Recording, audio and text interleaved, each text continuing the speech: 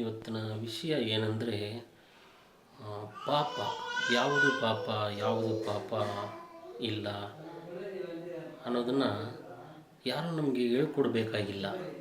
ಯಾರೋ ಏನು ನೋಡಪ್ಪ ನೀನು ತಪ್ಪು ಮಾಡ್ತಾ ಇದೀಯಾ ಅಂತ ಯಾರೂ ನಮ್ಮನ್ನು ಜಡ್ಜ್ ಮಾಡಬೇಕಾಗಿಲ್ಲ. ಯಾಕಂದರೆ ನಮ್ಮ ಮನಸ್ಸಾಕ್ಷಿಗೆ ವಿರೋಧವಾಗಿ ನಡೆಯುವುದೆಲ್ಲ ಪಾಪ.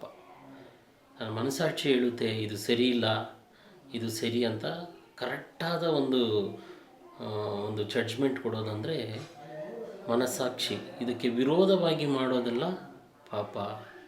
ಅದರಿಂದ ಈ ಮನಸ್ಸಾಕ್ಷಿ ಹೇಳ್ಕೊಡೋ ಪಾಠನ ನಾವು ಕಲಿತುಕೊಂಡು ಯಾವುದು ಮಾಡಬೇಕು ಯಾವುದು ಮಾಡಬಾರ್ದಂತ ನಾವು ನಮ್ಮನ್ನು ಸರಿಪಡಿಸಿಕೊಂಡ್ರೆ ನಾವು ಪರಿಶುದ್ಧವಾಗಿ ಜೀವನ ಮಾಡುವುದಕ್ಕೆ ಸಾಧ್ಯವಾಗುತ್ತೆ.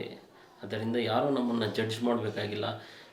ಒಂದು ಚಿಕ್ಕ ಮಗು ಆದರೆ ಅದಕ್ಕೆ ಹೇಳ್ಕೊಡ್ಬೋದು, ನೋಡು ಇದು ಸರಿ ತಪ್ಪು ಅಂತ ಅದಕ್ಕೆ ಕಲಿಸ್ಕೊಡ್ಬೋದು. ಯಾಕಂದರೆ ಆ ಮನಸ್ಸಾಕ್ಷಿ ಅನ್ನೋದು ಆ ಮಗುವಲ್ಲಿ ಆಪ್ರೇಟ್ ಆಗಿರಲ್ಲ.